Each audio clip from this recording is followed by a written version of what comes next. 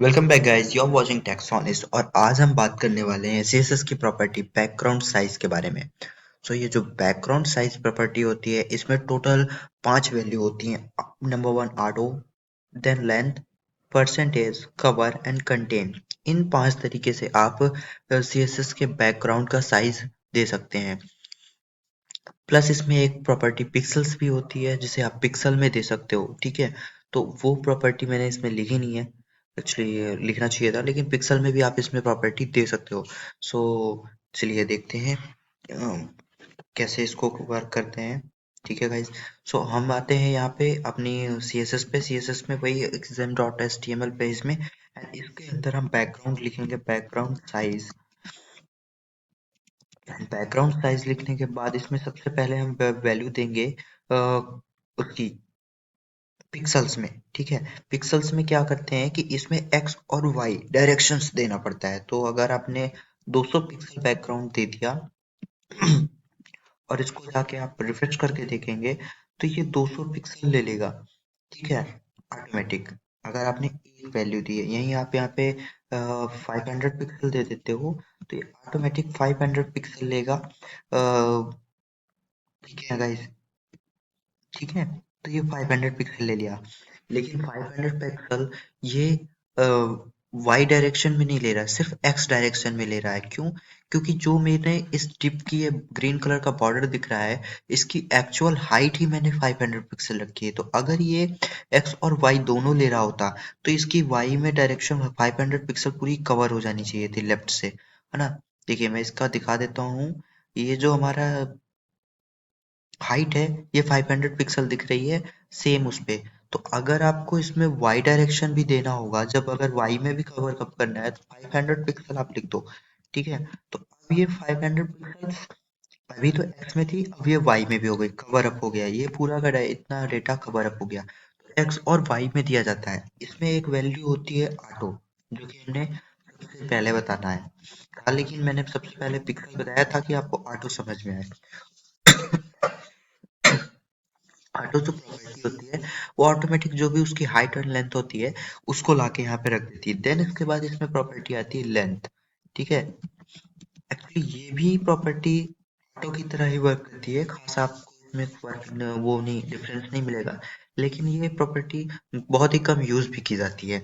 और देन उसके बाद आती है परसेंटेज। परसेंटेज प्रॉपर्टी क्या करती है, जो आपका डिव की हाइट है, जो डिव की विड्थ है, उसके अकॉर्डिंग आपको परसेंटेज देना होता है। तो मैंने यहाँ दे दिया सपोज 30%, ये 30%। तो ये मेरा एक्स डायरेक्शन में 30% है, तो ये जो डिव है इसकी विड्थ का 30% इसने लिया। अगर मैं यहाँ पे जाके 50% दे देता तो ये भी एक्स डायरेक्शन में 50% लेगा, ओके। मतलब इस डिव को दो पार्ट में डिवाइड कर दिया इसने। लेकिन इसी में मैं अगर वाई डायरेक्शन जाऊं तो यहाँ पे मैं 50% कर देता हूँ। अब ये 500 पिक्सल का 50% यानी कि 250 पिक्सल इसकी हाइट कर देगा। ये देखिए, इन दो को दो पार्ट में डिवाइड कर दिया इसने। वहीं अगर मैं इसको 100% दे दूं तो ये 500 पिक्सल का वाई डायरेक्शन में अपने इमेज की हाइट को कवर अप कर देगा। देन उसके बाद आती है इसमें परसेंटेज के बाद कवर। कवर प्रॉपर्टी से पहले मैं इसको देता हूँ 10%, इसको हटा के मैं इसको रिफ्रेश करता हूँ दोनों चीज। अभी ये हमारी एक्चुअल इमेज की हाइट एंड ब्रेथ है, जो कि ऑटोमेटिक ले रखा है ऑटो। देन अब हम इसमें अगर लगाते हैं कवर, जो कवर प्रॉपर्टी होता है, तो ये वैल्यू होती है बैकग्राउंड साइज की, ये पूरे के पूरे एक्चुअल जो डिव का हाइट और ब्रेथ होगा उसको कवर करने के लिए होती है। अब देखिए, अब इससे मतलब नहीं है इमेज को कि इसमें आपकी इमेज दिख रही है कि नहीं है या नहीं, ये पूरे के पूरे डिव एंड हक को कवर कब कर लिया, मतलब इसकी हाइट और विड्थ को कवर कर लिया। देन उसके बाद इसमें एक प्रॉपर्टी आती है कंटेनर। तो कंटेनर से पहले मैं इस पे ऑटो लगाकर इसको इसको हटा ही देता हूँ, कुछ भी नहीं लगाता हूँ तो ऑटोमेटिक ये ऑटो ही ले लेगा। देन इसमें अब हम कंटेन लगाते हैं। कंटेन जो प्रॉपर्टी होती है वो क्या करती है कि हाइट में यानी कि वाई डायरेक्शन में कवर करती है, और जितना 500 पिक्सल ये नीचे गई है उस उतना ही इधर ऊपर भी जाती है। तो ये एक्चुअल में कंटेन प्रॉपर्टी थोड़ा सा बैकग्राउंड में साइड में वाइटनेस दिखाने के लिए काम की जाती है। और अगर आपको इसको पूरा कवर करना है तो पिक्सल वाली प्रॉपर्टी बेस्ट होती है, एक्स एंड वाई डायरेक्शन लेकर आप वही दो 400 पिक्सल एंड आप दो 500 पिक्सल। अब मेरा एक्चुअली अभी मेरी पैडिंग यहाँ पे 0 है, तो ये तो कंटेन करने में 400 एंड 500 ले ली, लेकिन अगर मैं पैडिंग डाल देता हूँ यहाँ पे 20 पिक्सल, ठीक है, अभी तो 0, तो ये देखिए नीचे से इसने अभी व्हाइट कलर दिख रहा है, क्यों? क्योंकि जब हम पैडिंग डालते हैं किसी भी डिव के अंदर और बॉक्स साइजिंग नहीं डालते, तो उसकी जो है साइज बढ़ जाता है। तो अब इस डिव की जो हाइट है वो 520 पिक्सल होगी, इसलिए ये 500 पिक्सल का तो इसने हाइट ली, जो कि मैंने इसको दी है वाई डायरेक्शन में 500, लेकिन ये 20 वाले पार्ट को इसने कवर नहीं किया। यहीं पर अगर मैं इसे 520 कर दूं तो ये पूरा का पूरा कवर कर लेगी, ये देखिए। अभी भी इसमें पैडिंग आ रही है,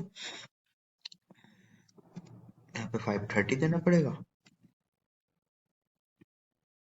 अभी भी आ रही है।